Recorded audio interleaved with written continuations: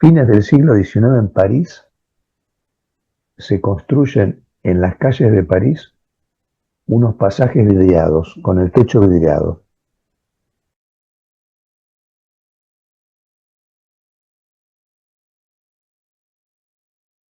¿Sí? Claro, París hasta ese momento no estaba toda asfaltada. Las calles eran de tierra, llovía y era difícil salir a caminar por París. Construyen estos pasajes con techo vidriado y ¿qué es lo que aparece ahí? El personaje del paseante, las personas que paseaban. Jean-Louis Deot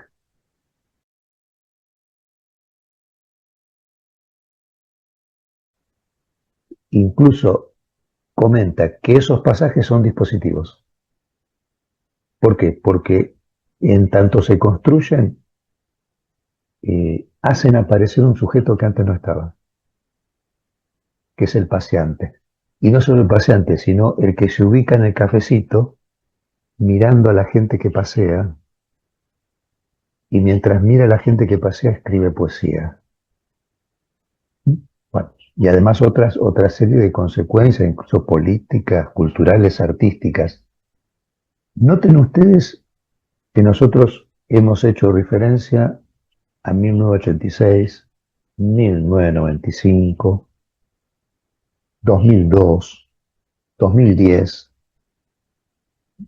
momentos en los cuales, salvo a partir del 2010, aún la referencia al dispositivo estaba del lado de la filosofía, por supuesto, pero no estaba tan asociada al aparatito que ahora tenemos en la mano durante tanto tiempo, que casi se ha convertido como en una prolongación de nuestro cuerpo, o en todo caso nosotros una prolongación del aparatito. Advierto que reflexionar sobre los dispositivos para nosotros no es una tarea sencilla.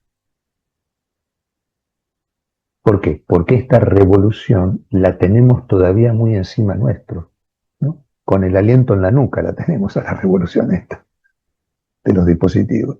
Entonces, cuesta seguramente tomar una debida distancia crítica, ¿no? Requiere no poco esfuerzo tomar distancia. Bueno, este esfuerzo que hoy nos corresponde a nosotros, quizás puede compararse con otro momento de la historia a fines del siglo XIX, justamente, les hablaba del pasaje parisino, principios del siglo XX, en el cual los contemporáneos de esa época también fueron interpelados por un cambio feroz e irruptivo que transformó el mundo para siempre. Me refiero, fíjense, me refiero a ese mismo periodo en el que Freud comienza a desarrollar la teoría psicoanalítica. Coincide, fines del siglo XIX. Y en momento en el cual tanto el discurso capitalista como el discurso de la ciencia representan en gran medida la esperanza del progreso y del bienestar. Pero si bien gran parte del mundo, seguramente el mundo occidental, estaba tan entusiasmado como perplejo, ¿no?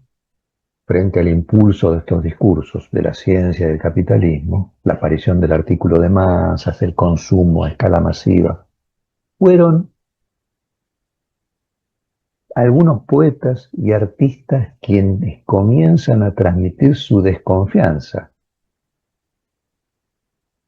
respecto de esta mutación e incluso a incluir en la labor creativa advertencias, ¿no? Sobre una sombra ominosa que se proyectaba desde ese presunto progreso en la humanidad. Por ejemplo, les cito un poeta muy apreciado por mí que es Baudelaire.